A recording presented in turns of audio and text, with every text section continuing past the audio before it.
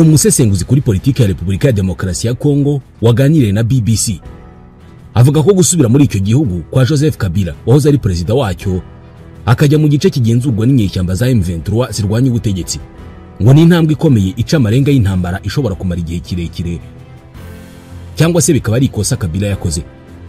Ni Professor Jason Stearns, ni umunyamerika wigisha siyansi ya politike muri kaminuza ya Simon Fraser University muri Canada. Yabwiye BBC gahuza miryango ko ejo hazaza h'iyi ntambara yo mu burasirazuba bwa Kongo hazagenwa n'ibizava mu biganiro hagati y'u Rwanda na Repubulika ya Demokarasi ya Kongo kuri ubu biyobowe na Amerika. Biteganijwe ko mu kwezi gutaha impande zombi zizahurira i Washington zigashyira umukono ku masezerano y'amahoro yo gukemura amakimbirane ibihugu byombi bifitanye, binatekerezwa ko bizavamo kurangiza intambara. Kuwa mbere umutwe wa M23 watangaje ko wishimiye ko Kabila Joseph w'imyaka 53 yageze i Goma mu murwa mukuru w'intara ya Kivu y'Amajyaruguru. Nta gihamya yari yatangazwa kugeza ubu igaragaza kuhagera kwe. Professor Stearns yagize ati niba ibyo biganiro binaniranye amasezerano ntagerweho, ati ntekereza ko kuhagera kwa Kabila kwaba ingenzi ndetse kukaba mu bigize amakuba y'igihe kirekire. Umutwe wa M23 uvuga ko wafashe intwaro kugira ngo urinde uburenganzira bw'abanyekongo bavuga ikinyarwanda n'abanyekongo b'abatutsi, no kubera ko abategetsi ba Repubulika ya Demokarasi ya Kongo bisubiyeho ku byo bari bariyemeje mu masezerano y'amahoro yabayeho mbere. Leta ya Repubulika ya Demokarasi ya Kongo yamaganye icyo cyemezo cya Kabila cyo kugigoma nyuma y'uko Sena y'icyo gihugu imwambuye ubudahangarwa kugira ngo akurikiranwe ku byaha birimo n'ubugambanyi bijyanye n'ibyo ashinjwa byo gukorana na M23. Mu ijambo yavuze rikanyura ku murongo wa YouTube kuwa gatanu, Kabila Joseph yanenze bikomeye ubutegetsi bw'uwamusimbuye Felix Tshisekedi, avuga ko ari ubw'igitugu bugomba kurangira hakajyaho bwa demokarasi. Yananenze ubucamanza bwa Repubulika ya Demokarasi ya Kongo, avuga ko bwemeye gukoreshwa ku mugaragaro ku mpamvu za politike. Kabila yategetse Repubulika ya Demokarasi ya Kongo imyaka 18 guhera mu 2001 kugera mu 2019. Mu ijambo rye yaragize ati nk'umusirikari narahiriye kurinda igihugu cyanjye kugeza ku gitambo kiruta ibindi byose ari cy'urupfu. Atejo nari ku butegetsi, uyu munsi ntabwo ndi ku butegetsi, ariko nkomeje kuba indahemuka kuri iyo ndahiro kurusha mbere hose. Professor Stearns avuga ko mu gihe ibiganiro hagati y'u Rwanda na Repubulika ya Demokarasi ya Kongo byagera ku masezerano y'amahoro ngo Kabila ashobora gusanga yarakoze ikosa. Stearns atari ko niba Amerika igeze kuri gahunda yayo yo gutuma urebye igisirikare cy'u Rwanda na M23 basubira inyuma, icyemezo cye gishobora kubonwa nk'ikosa rikomeye kubera ko ahageze mu gihe leta ya Amerika irimo kugerageza gushaka umuti urambye w'aya makuba, ku buryo baramutse basinyanye amasezerano y'amahoro Kabila Joseph yahomba kubera ko yabatakaje M23 agiye kwifatanya nayo mu kurwanya ubutegetsi bwa Kongo. Leta ya Kongo, umuryango w'abibumbye n'ibihugu byinshi byo mu burengerazuba bw'isi bashinja u Rwanda gufasha M23 muri iyi ntambara yo mu burasirazuba bwa Kongo. Gusa u Rwanda rurabihakana. Stearns avuga ko nubwo Joseph Kabila ataratangaza ku mugaragaro ko yinjiye muri M23 mu kujya mu gice M23 igenzura, ngo yagaragaje neza cyane ko arimo kwihuza n'uyu mutwe, ndetse ngo hari amasoko y'inkuru menshi yumvikanisha ko afashe uyu mutwe. Uyu mwarimu wa kaminuza yongeraho ko kugigoma kwa Kabila byemeje amakuru yari amaze amezi menshi avugwa yuko ngo hari ubufatanye runaka hagati ya Kabila n'umutwe wa M23. Stearns avuga ko uko kujya kwa Kabila igoma ngo ni inyenzi kuri M23 kubera ko nta maboko yungutse muri uru rugamba. Avuga ko nubwo M23 ifite ishami rya politike rizwi nka AFC, Alliance Fleuve Congo, ngo nta kintu kinini byayifashije mu kugira umubare munini w'abayishyigikira kubera ko AFC nayo ni ishami rya politike ry'intege nke, niko avuga. Ati biragoye kuvuga ko bafite ababashyigikiye benshi mu muryango mugari w'abanyekongo, ariko avuga ko kuza kwa Kabila muri uyu mutwe wafashe imijyi myinshi yo mu burasirazuba n'umurwa mukuru Bukavu w'intara ya Kivu y'Amajyepfo ngo bishobora kubihindura kubera ko Joseph Kabila ni umuntu ukomeye cyane muri politike muri Repubulika ya Demokarasi ya Kongo. Ati sintekereza ko umuntu yavuga ko akunzwe cyane, gukundwa kwe kwari gusanzwe kuri munsi ya 20% kugira ubwo yavuga ku butegetsi, ariko ni umuntu ukomeye muri politike. 20% iyo ari yo yose mu kintu icyo ari cyo cyose ntabwo ari ubusa. Ati rero ntekereza ko mu kwinjira muri uyu mutwe bimwongerera kwizerwa. Stearns yanongeyeho ko Kabila ashobora no gutera inkunga umutwe wa M23 no gutuma ubonwa nk'ikintu kitari igikoresho cy'u Rwanda gusa nk'uko bamwe babibona, ukagira ubwigenge buhagije.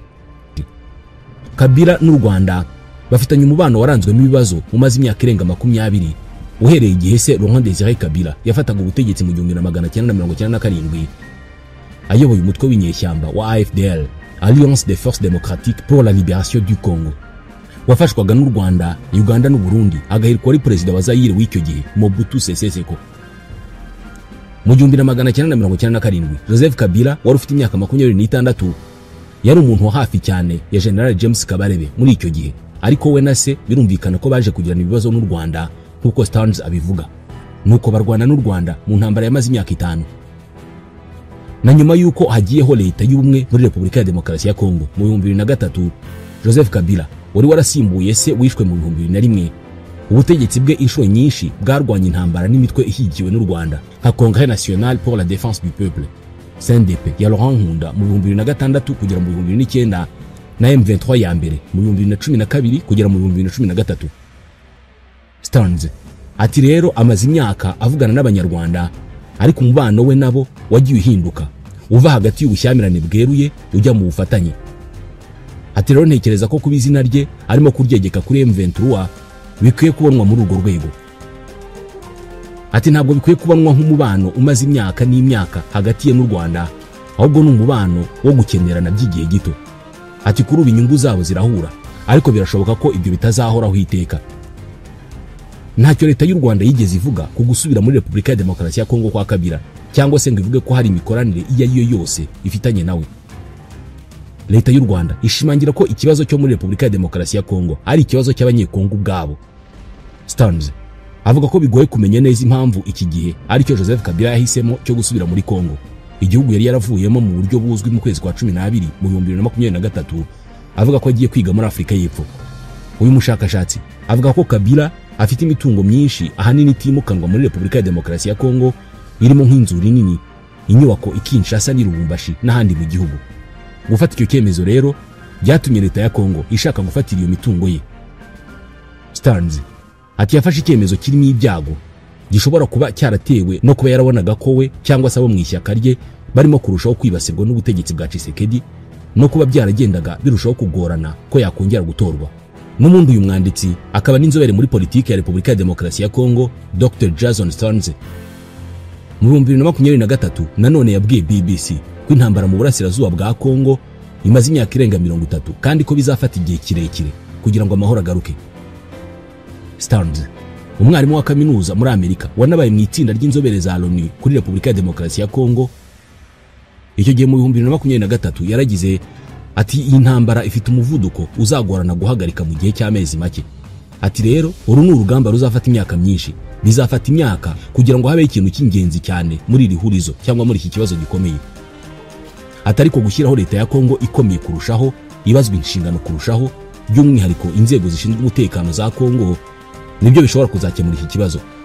Stearns icyo gihe yavuze ko uko ibintu bimeze ubu ngubu mu nzego zishinzwe umutekano muri Repubulika ya Demokarasi ya Kongo, ahanini ari uburyo bw'ikene wabo no gukurikira inyungu aho kuba uburyo bwo kurinda abaturage. Avuga ko icyuho ibi byateye gishobora kubonekera mu kuba atari M23 gusa yashyize ku nkeke guverinoma ya Kongo, ahubwo n'imitwe 120 itandukanye yitwaje intwaro nayo yashyize leta ya Kongo ku nkeke. Ni naho ahera avuga ko bizafata igihe kirekire mu kwikiza urusobe rw'intambara, kandi M23 igize igice gito gusa cy'urwo rusobe. Yongeraho atari ko mu gihe kigufi kiri imbere, ntekereza ko ari ikintu cyangombwa kugira ngo leta ya Kongo ishobore kwibanda ku gukemura ibibazo bindi. Iyi M23 ni umutwe w'abanyekongo bavuga ururimi rw'ikinyarwanda, bavuga ko barwanira uburenganzira bwabo babuzwa na leta ya Kinshasa, kandi ibi bimaze imyaka myinshi. Aba banyekongo bavuga ikinyarwanda bamaze imyaka myinshi babayeho mu buzima bwo kujujubywa n'imitwe yitwaje intwaro irenga magana ibarirwa muri iki gice cya Repubulika ya Demokarasi ya Kongo. Ibi byatumye bahungira mu bihugu birimo u Rwanda, Uganda, Burundi na Kenya, mu nkambi zahindutse nk'imidugudu, aho bamaze imyaka irenga 25 ari impunzi. Aba banyekongo nyuma yo kubona ko ibibabaho byose bigirwamo uruhare na leta ya Kongo, bafashe icyemezo cyo kurwana binyuze mu mitwe y'inyeshyamba irimo RCD, CNDP, none ubu hari M23. Uyu mutwe wa M23 washinzwe mu mwaka wa 2012, ubu umaze imyaka 12 ukirwana. Muri iyi myaka yose uyu mutwe wa M23 wararwanye, urasenywa, uragenda uburirwa irengero, nyuma urongera uragaruka usubiza igisirikare cya FARDC mu ntambara bakirwanamo n'uyu munsi. Kuri iyi nshuro uyu mutwe wa M23 waje utandukanye n'uko wari umeze mbere, kubera ko uracyarwana nubwo muri iyi ntambara wahanganye n'ingabo nyinshi zirimo n'iz'ibihugu by'amahanga nk'u Burundi, Afurika y'Epfo, Malawi, Tanzania n'indi mitwe y'abarwanyi ifatanye n'ingabo za Kongo.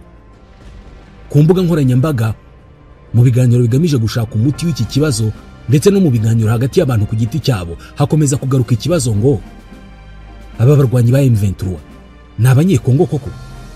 Ko bitwa amazina y'abanyarwanda, ko bavuga ikinyarwanda neza nta gutegwa. Ese impamvu M23 irwana zirumvikana? Intandaro y'ibi byose ni iyihe? Kugira ngo humvikane neza imvo n'imvano y'intambara ya M23 uyu munsi, birasaba gusubira mu myaka 140 ishize, neza ku itariki ya 15 y'ukwa 11 mu mwaka w'1884, mu nama yahuje ibihugu by'ibihangange byo mu Burayi bwo mu kinyejana cya 19. Ni ibihugu byahuriye mu bwami bw'Ubudage icyo gihe mu murwa mukuru Berlin. Byari bigamije kugabana umugabane wa Afurika mu ntego nyamukuru yo gukoloniza no gusirimura uyu mugabane wa Afurika. Conference de Berlin ni inama yatumijwe na Otto von Bismarck, wari chancelier w'Ubudage icyo gihe, bisabwe n'umwami w'Ububirigi muri icyo gihe Leopold wa kabiri. Ni inama yahuje ibihugu 14 byarimo Ubudage, Ubwongereza, Ubufaransa, Ububirigi, Ubutaliyani, ubwami bwa Autriche-Hongrie, Denmark, Suède, Norvège, Turukiya, Espagne, Portugal na Leta Zunze Ubumwe za Amerika. Ibihugu 7 muri ibi ababihagarariye bagiye nta butaka babonye ku mugabane wa Afurika. Ibihugu byafashe ubutaka bwo gukoloniza muri Afurika byari Ubudage, Ubwongereza, Ubufaransa, Ububirigi, Ubutaliyani, Portugal na Espagne. Ku meza aho ngaho muri iyi nama yamaze amezi 3 yose kuva ku itariki ya 15 y'ukwa 11 mu 1884 kugera ku ya 26 y'ukwa 2 mu 1885, bafashe irati bajya ku ikarita y'umugabane wa Afurika barayigabagabana nk'abana bicaye bagabana umugati cyangwa se ikijumba, buri wese afata igice cye. Nuko umugabane wa Afurika wagabanijwe, buri gihugu cyo mu Burayi gifata igice cyacyo cyo gukoloniza. Muri iri gabanywa ibihugu byinshi bya Afurika byarahombeye cyane, ibindi birunguka. U Rwanda ruri mu bihugu byahombye. Mbere y'umwaka wa 1884, mu buhangange bw'abami b'u Rwanda n'intambara barwanye nyinshi kugeza kuri Kigeli wa 4 Rwabugiri bahimbye inkotanyi cyane, u Rwanda barugejeje ku buso burenga kilometero kare 162. U Rwanda rwari runini cyane ku buryo rwageraga mu bice bitandukanye by'ibihugu bituranye narwo birimo Repubulika ya Demokarasi ya Kongo na Uganda. U Rwanda muri iyi nama ya Berlin rwatakaje intara zarwo 7, zirimo 5 zashyizwe kuri Kongo, zirimo Masisi, Rucuru, Itombwe, Uvira na Fizi za Masisi na Kivu zombi, iy'epfo n'iya ruguru. Izindi 2 za Bufumbira na Mpororo zashyizwe kuri Uganda. Ndetse hari n'ibice bya Karagwe mu burasirazuba byajyanywe n'Abongereza mu 1910 mu gihe bashaka kubaka umuhanda wa gari ya moshi yari kuva Cairo mu Misiri igana Cape Town muri Afurika y'Epfo. Kubera ko ubwami bw'u Rwanda bwari bunini bukagabanywa mu nama ya Berlin, u Rwanda rwatakaje hafi 80% by'ubutaka rwahoranye, busigarana ubuso bungana na kilometero kari 26,338 rufite uyu munsi. Nubwo abanyaburayi bagabanya Afurika bagatwara u Rwanda ubutaka bunini, ariko hari icyo batatwaye. Muri ibyo bice byahoze ari iby'u Rwanda hari hatuye abanyarwanda bavuga ikinyarwanda, bafite umuco w'abanyarwanda, bafite amazina y'abanyarwanda, bahatuye imyaka myinshi cyane, bari abanyarwanda. Gusa nyuma yo kugabanywa k'u Rwanda bisanze bometswe ku bindi bihugu, basigara batakira abanyarwanda, ahubwo bahinduka abanyekongo n'abanyayuganda bavuga ikinyarwanda. Gusa bagumanye umuco n'ururimi by'u Rwanda, babayemo imyaka myinshi ndetse bakomeza kuvuga icyo kinyarwanda. Mu nama ya Berlin u Rwanda rwahawe Ubudage naho Kongo ihabwa Ububiligi.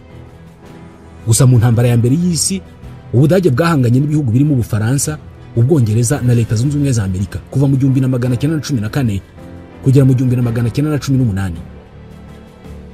Ububiligi rero bwarwanye ku ruhande rw'Ubwongereza n'Ubufaransa ndetse na Leta Zunze Ubumwe za Amerika muri iyo ntambara. Nuko rero abafatanyabikorwa mu ntambara b'Abongereza bari muri Uganda n'Ababiligi bari muri Kongo bagabye ibitero ku Badage bari mu Rwanda, Burundi na Tanzania. Iyi ni intambara yarangiye Abadage batsinzwe burundu barahunga, maze ibihugu byafatanije mu ntambara kwirukana Abadage mu burasirazuba bwa Afurika bigabana ibihugu byari bifitwe n'aba Badage. Ubwongereza butwara Tanzania, Ububiligi butwara u Rwanda n'u Burundi. Mu gukoloniza rero Abanyaburayi bafataga Abanyafurika nk'abakozi babo kandi babacakara, bakoreshwaga imirimo y'agahato nta guhembwa. Mu gihe ibi bihugu byari mu bukoloni, hari Abanyarwanda benshi bakomeje kwambuka bakava mu Rwanda bakajya muri Kongo, Uganda ndetse na Tanzania, aho bamwe bagiye bajya gushaka ubuzima kubera ibihe by'inzara n'amapfa byagiye biba mu Rwanda.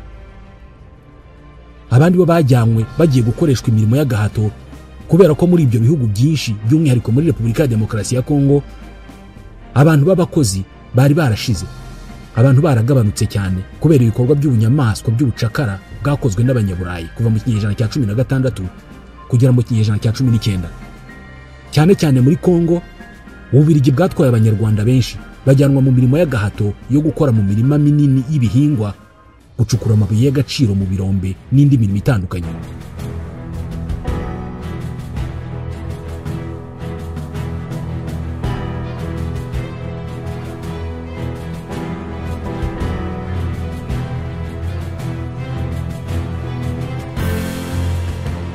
Mu mwaka w'1959 mu Rwanda abarwanashyaka ba Parmehutu ya Gregoire Kayibanda na Aprosoma ya Habyarimana Joseph Gitera bari barashingiye ku ngengabitekerezo ya jenoside ishingiye ku mitekerereze ya Hutu Power, bafashijwe ndetse bagahagarikirwa n'Ababiligi birayi mu Batutsi, barabica, barabasahura, barabatwikira.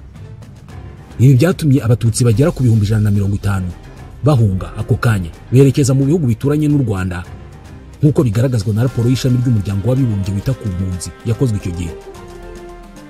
Iyo raporo igaragaza ko Abanyarwanda bahungiye mu bihugu bitandukanye mu buryo bukurikira: abagera ku 60,000 bahungiye muri Repubulika ya Demokarasi ya Kongo, 35,000 bahungira muri Uganda, 42,000 bahungiye mu Burundi, abandi bagera ku 10,000 bahungira muri Tanzania.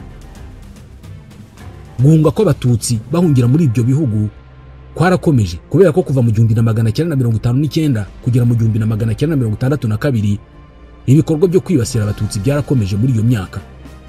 Zimwe mu nyandiko zigaragaza ko hahunze abandi benshi ku buryo habarurwa abagera ku 420 bari bamaze guhunga kugera mu kwezi kwa mbere mu 1962.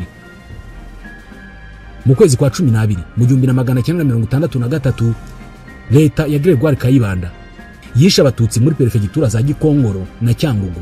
Nabwo HCR yavuze ko hahunze abagera ku 50,000. Nyuma y'ahangaha mu myaka ya za 60, 70, 80 Abatutsi bari mu buzima bubi bakomeje guhunga igihugu kugera mu ntangiriro z'imyaka ya za 90 Abanyarwanda bari bagihunga.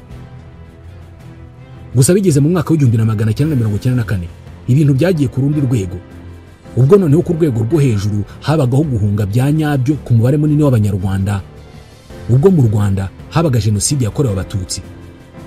Mu gihe Abatutsi bicwaga, bamwe mu barimo bahigwa bagerageje guhunga n'ubundi bahungira mu bihugu bitandukanye bituranye n'u Rwanda. Gusa iyi jenoside yakorewe Abatutsi maze gutangira, amahanga maze gutererana u Rwanda, ingabo za RP Inkotanyi zimaze guhaguruka zikarwana zikanahagarika iyi jenoside, leta yari irimo ikora jenoside n'ingabo zayo barahunze bahungana n'intera hamwe n'impuzamugambi n'abandi bagize uruhare muri jenoside yakorewe Abatutsi, ndetse batwaye n'abaturage basaga 2 miliyoni bababwira ko nibaguma mu Rwanda bazicwa n'inkotanyi, maze bajya mu bihugu bitandukanye nabyo bituranye n'u Rwanda. Icyo gihe mu mibare itangazwa na HCR abaturage 850 bari barahungiye muri Kivu y'Amajyaruguru, ibihumbi 332 bahungira muri Kivu y'Amajyepfo, ibihumbi 577 bahungiye mu burengerazuba bwa Tanzania, ibihumbi 270 bahungira mu majyaruguru y'u Burundi. Abenshi muri aba bagiye mu mashyamba bashutswe n'abagize uruhare muri jenoside, bababwira ko nibagaruka mu Rwanda bazicwa, bashaka kubagumana bugwate. Ibi byose dusobanuye nibyo byatumye ibihugu bitandukanye bituranye n'u Rwanda birimo abaturage benshi bavuga ururimi rw'Ikinyarwanda, bafite umuco w'Abanyarwanda. Ni urugendo rw'imyaka 110 ishaririye y'amateka y'Abanyarwanda. Bamwe muri aba baturage babaye abaturage b'ibyo bihugu bahungiyemo, barimo Abanyekongo bavuga Ikinyarwanda, Abagande n'Abanyatanzania bavuga Ikinyarwanda. Ariko ahangaha birasa naho inkuru itaratangira neza, kubera ko tutaravuga ku bahunze mu 1994 bagiye bagize uruhare muri jenoside yakorewe Abatutsi, bakajyana ingengabitekerezo ya jenoside, barimo abari ingabo za leta, FARE, interahamwe n'impuzamugambi, bageze mu bihugu bitandukanye by'umwihariko Repubulika ya Demokarasi ya Kongo, bagashinga imitwe y'abarwanyi y'abacengezi irimo ALIR, RDR, ubu hariho FDLR. Iyo mitwe yose nta kindi yashingiwe kutari ukugaruka mu Rwanda gukuraho ubutegetsi buriho, bakanakomeza umugambi wa jenoside.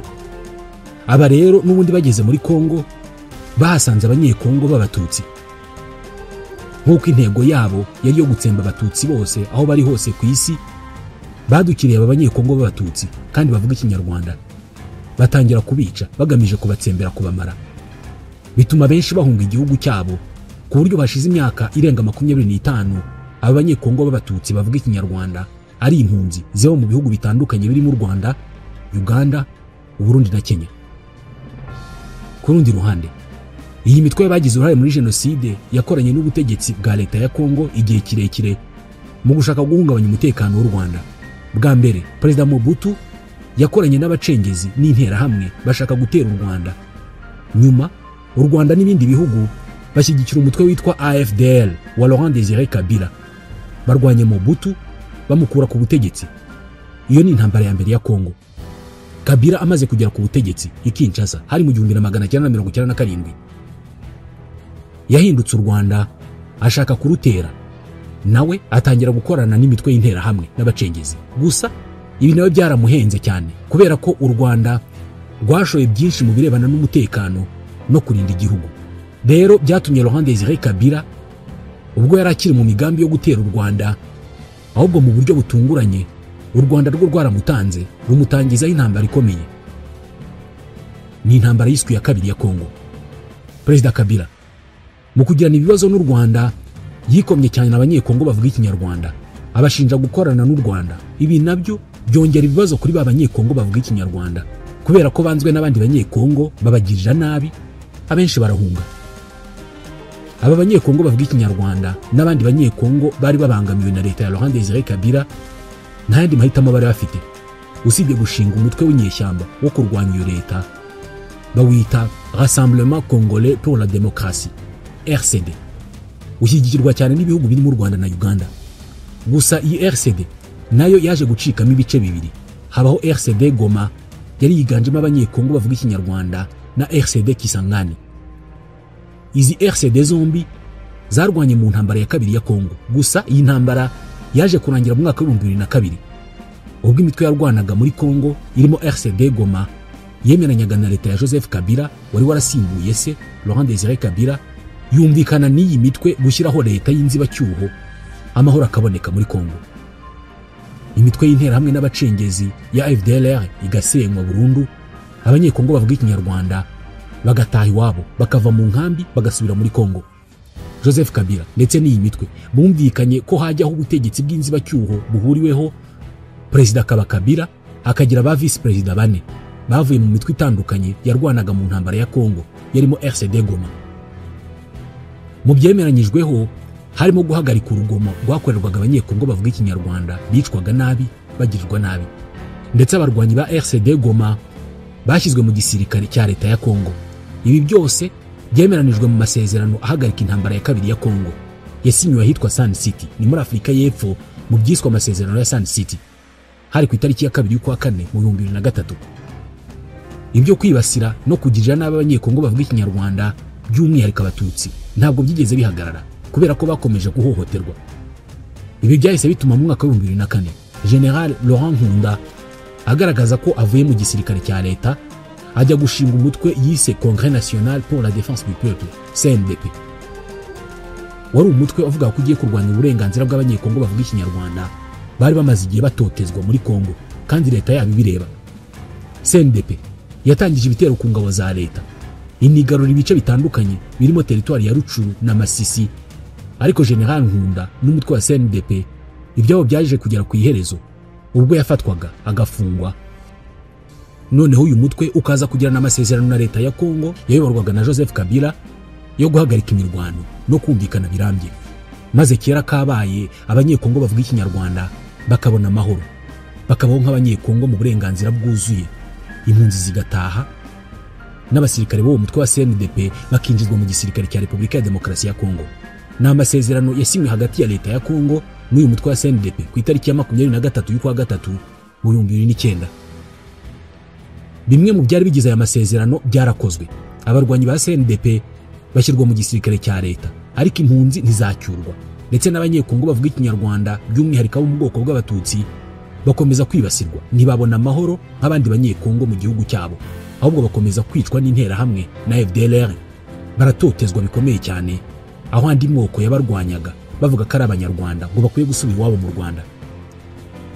Ibi byose rero byatumye mu mwaka wa 2012 bamwe mu basirikari bari barahoze mu mutwe wa CNDP babona ko amasezerano basinyanye na leta ya Kabila atubahirijwe, maze bongera gufata icyemezo cyo gusubira mu ishyamba bakarwanya uburenganzira bwabo by'umwihariko bwa bene wabo b'abanyekongo bavuga ikinyarwanda bari mu itotezwa rikomeye kandi rimaze imyaka myinshi.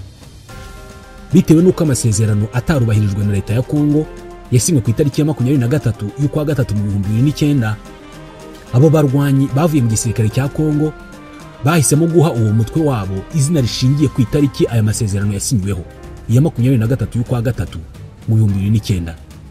Uko niko bahisemo kwita uwo mutwe wabo Mouvement du 23 Mars M23.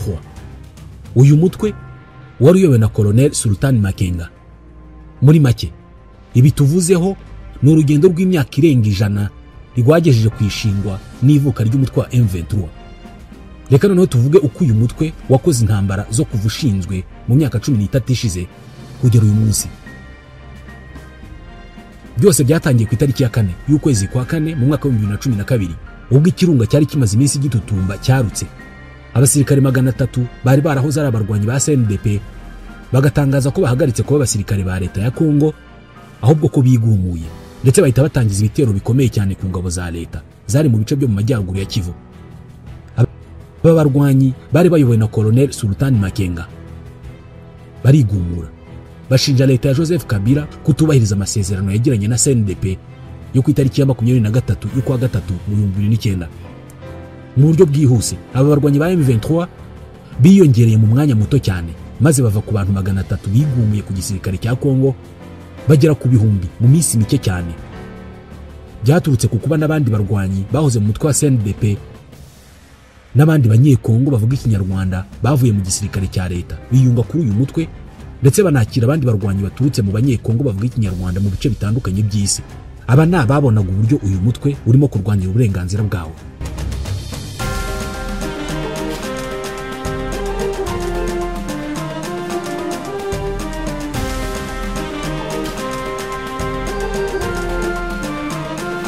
Ku rundi ruhande, aba baturage b'abasivile b'abanyekongo bavuga ikinyarwanda bahise batangiza uburyo bwo gufasha abo barwanyi nk'uko bisanzwe bigenda mu ntambara nk'izi. Vuba cyane uyu mutwe wahise ugaba ibitero bikomeye ku ngabo za leta zari mu bice bya Rucuru na Masisi. Intambara ikaza umurego ityo, ndetse abarwanyi ba M23 batangirana intsinzi ikomeye cyane, isi yose itangira kubamenya. Uyu mutwe watangaje ko noneho urwanya uburenganzira bwa muntu na demokarasi, ndetse washinje ku mugaragaro Perezida Joseph Kabila kwiba amatora ya Perezida wa Repubulika yo mu 2011, ndetse banatangaza ko ahubwo bari bagiye kwerekeza Kinshasa bakamukura ku butegetsi. Ibyo kuva ku butegetsi kubera intambara byo Perezida Joseph Kabila ni ikintu atashakaga no kumva iruhande rwe. Ubwo rero nawe yaragiye gukora ibishoboka byose akabihagarika ku muvuduko munini cyane. intambara yahise ishyamiranya impande zombi mu ishusho n'igisobanuro cya nyayo cy'uburwanyi. Ku itariki ya 6 y'ukwa gatandatu mu 2012 umuvugizi w'igisirikare cya Kongo yavuze ko mu mirwano yari imihanganisha igisirikare cya leta FARDC n'umutwe wa M23 abarwanyi b'uyu mutwe bagera kuri 200 bishwe, abagera kuri 370 bitanga mu maboko y'ingabo za leta.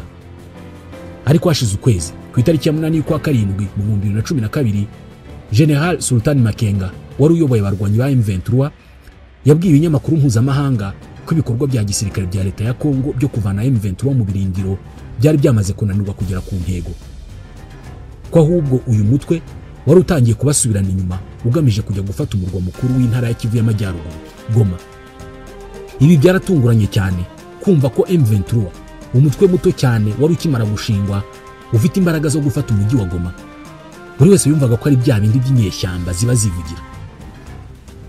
Gusa amagambo yashize ivuga ubwo mu mpera z'umwaka wa 2012 ku itariki ya 18 y'ukwa 11 ku muvuduko munini cyane bayobowe na General Sultan Makenga, abarwanyi ba M23 batangije ibitero biremereye cyane ku ngabo za leta maze barazishushubikanya ku buryo nyuma y'iminsi 2 gusa aba barwanyi ku itariki ya 20 y'ukwa 11 mu 2012 bigaruriye umujyi wa Goma.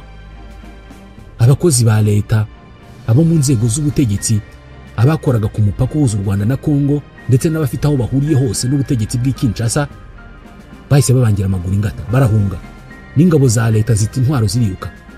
Abaturage ba Goma nabo nta kindi bakoze uretse kwakira abo barwanyi. Mu isi yose igikuba kiracika kubera ko byatunguye buri wese uburyo Goma yari imaze kwigarurirwa n'abarwanyi bamaze umwaka umwe. Leta ya Kongo yari imaze gutsindwa itakaje umujyi w'ingirakamaro nka Goma ibinyujije mu muvugizi wayo Bwana Lambert Mende Omalanga. Yatangarije ibitangazamakuru mpuzamahanga ko abo barwanyi bafashijwe n'u Rwanda. U Rwanda rwahise rubihakana ruvuga ko ntaho ruhuriye n'ibyo bibazo by'abanyekongo. Gusa ku butaka intambara yari yafashe intera ndende. Mu mpera z'umwaka wa 2012 aba barwanyi bagabye ibitera ahantu henshi nko muri Kivu y'Epfo bahangana n'ingabo za leta, wongeyeho n'indi mitwe irwanira muri Kongo nka Mai Mai na FDLR. Kuva ku itariki ya 18 y'ukwa 11 mu 2012 ndetse n'iminsi igera ku 10 yakurikiyeho, izina rya General Sultan Makenga n'umutwe wa M23 byaravuzwe cyane mu bitangazamakuru mpuzamahanga kubera ko aba barwanyi barimo bagenda babona intsinzi zitabarika muri Kongo kandi bari bashya. Iryo zina nibwo ryari rikimenyekana. Byageze aho leta ya Kongo igirana imishyikirano n'aba barwanyi, maze mu masezerano yasinywe hagati y'impande zombi, leta ya Kongo n'umutwe wa M23 agasinyirwa muri Uganda. Uyu mutwe wemera kuva mu mujyi wa Goma. Ku itariki ya 30 y'ukwa 11 mu 2012 aba barwanyi ba M23 batangiye kuva muri Goma ndetse bigeza ku munsi wakurikiyeho ku itariki ya 2 y'ukwa 12 mu 2012. Nyuma y'iminsi 2 ku itariki ya 3 y'ukwa 12 muri uwo mwaka, ingabo za leta zagarutse mu mujyi wa Goma zishinja abarwanyi ba M23 bari bamaze kuva muri uwo mujyi ko bawusahuye. Kuwusahura byagarutsweho byihariye, bigaragazwa ko aba barwanyi ba M23 batwaye amafaranga menshi, batwara imodoka, basahura za depo z'ibyo kurya, intwaro ndetse n'ibindi byose ngo babonaga bizabafasha mu rugamba. Umwaka wa 2012 warangiye umutwe wa M23 umaze kugeza Perezida Kabila ku gucisha make akumvikana nawo ku bintu bimwe na bimwe bitandukanye nuko byari bimeze hagati muri uwo mwaka. Mu ntangiriro z'umwaka wa 2013 n'ubundi umutwe wa M23 wari ukiri mu burasirazuba bwa Kongo ndetse ntawe wari witeguye kujya. Gusa uyu mwaka wa 2013 wabaye iherezo ry'insinzi n'ubuhangange bw'uyu mutwe wa M23, kuko mu kwezi kwa gatatu k'uwo mwaka wa 2013 akanama k'umuryango w'abibumbye gashinzwe umutekano kafashe icyemezo cyo guha uburenganzira ingabo z'umuryango w'abibumbye uburenganzira bwo gushyiraho itsinda ry'ingabo zihariye zakemura ikibazo cy'imitwe yitwaje intwaro yari mu burasirazuba bwa Repubulika ya Demokarasi ya Kongo, by'umwihariko M23. Iri tsinda ry'ingabo ryiswe United Nations Forces Intervention Brigade. Ryari itsinda ry'ingabo ryahurijwemo ingabo z'umuryango w'abibumbye zari zisanzwe muri MONUSCO, zongerwamo izaturutse mu bindi bihugu nka Tanzania, Afrika y'Epfo na Malawi. Iri shami ryahise rihabwa umunyatanzania Brigadier General James Aloys Mwakibolwa ngo aziyobore muri ibi bikorwa bafashe igisirikare cya Kongo cyari cyamaze kunanirwa. Izi ngabo rero zagiriyeho guhashya imitwe yitwaje intwaro mu burasirazuba bwa Kongo irimo M23, FDLR, imitwe y'abamayimayi n'indi yose ikorera muri iki gihugu. Iri shami ry'umutwe wa Loni ryahise ritangira akazi, maze mu kwezi kwa 10 ritangiza ibitero bikomeye cyane ku mutwe wa M23 byashegeshuye umutwe ku kigero kiri hejuru cyane urasenyuka burundu. Ibi bitero by'iri shami byiyongereyeho n'ibindi bitero by'ingabo za leta ya Kongo byashwanyaguje umutwe wa M23 kugera ku kigero cya nyuma, aho wisanze nta mahitamo yandi ufite uretse gushaka aho uhungira hatari ku butaka bwa Repubulika ya Demokarasi ya Kongo. Ni nabyo byabaye kubera ko ibi bitero byo mu kwezi kwa 10 n'intangiriro z'ukwa 11 mu 2013 byo mu duce dutandukanye nka Kanyamahoro, Kiwanga, Rucuru na Rumangabo byasunitse abarwanyi ba M23 batakaza uduce twose bari barigaruye. Maze ku itariki ya 7 y'ukwa 11 mu 2013 General Sultan Makenga n'abarwanyi 1500 bari basigaranye nawe basigaye nta mahitamo bafite, bahungira muri parike y'igihugu ya Mugahinga muri Uganda, bakiza ubuzima bwabo, bahungira no mu bindi bice bya Kisoro muri icyo gihugu cya Uganda. Izi ngabo z'ishami ryihariye zashyizweho n'akanama gashinzwe amahoro ku isi zanenzwe mu isi yose ko zasenye M23, ariko indi mitwe yari yitwaje intwaro nka FDLR, ADF, Lord Resistance Army yo irasigara. Byahise bigaragara ko ari umutwe w'ingabo washyizweho bisabwe na Perezida Kabila n'abandi batashakaga M23, ariko bari bashyigikiye FDLR n'indi mitwe batashakaga kwikorwaho. Gusa uko byagenze kose M23 yarashenywe burundu rwose, ihunga ubutaka bwa Kongo ibuvaho, ariko ikibazo cy'abanyekongo bavuga ikinyarwanda cyagumyeho.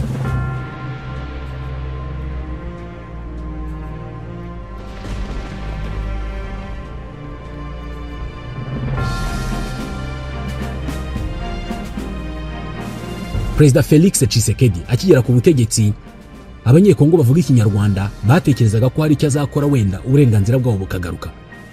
Ibi ntibyakunze. Ibi rero nibyo byatumye abarwanyi b'umutwe wa M23 bari barahungiye muri Uganda bongera kwisuganya, bongera kwegura intwaro. Kuri iyi nshuro umutwe wa M23 ntabwo wagarutse ari nka M23 yo mu 2013 yashushubikanyijwe igakubitwa inshuro rwose ikanasenyuka. Wagarutse ari igisirikare cyahindutse, ndetse M23 yagarutse ari umutwe wa politike ufite umuyobozi mushya Bertrand Bisimwa.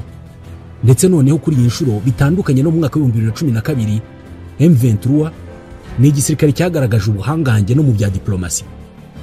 Nyuma yo gutangiza intambara ku ngabo za leta, amahanga yarahagurutse asaba leta ya Kongo n'uyu mutwe kujya mu biganiro, yewe biranaba haba i Rwanda muri Angola ndetse na Nairobi muri Kenya.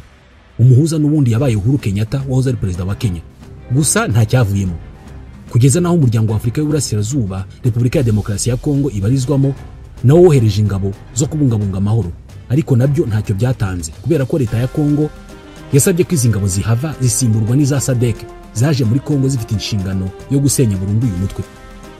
Leta ya Kongo yanatumije ingabo z'u Burundi kugira ngo zize kurwanya M23.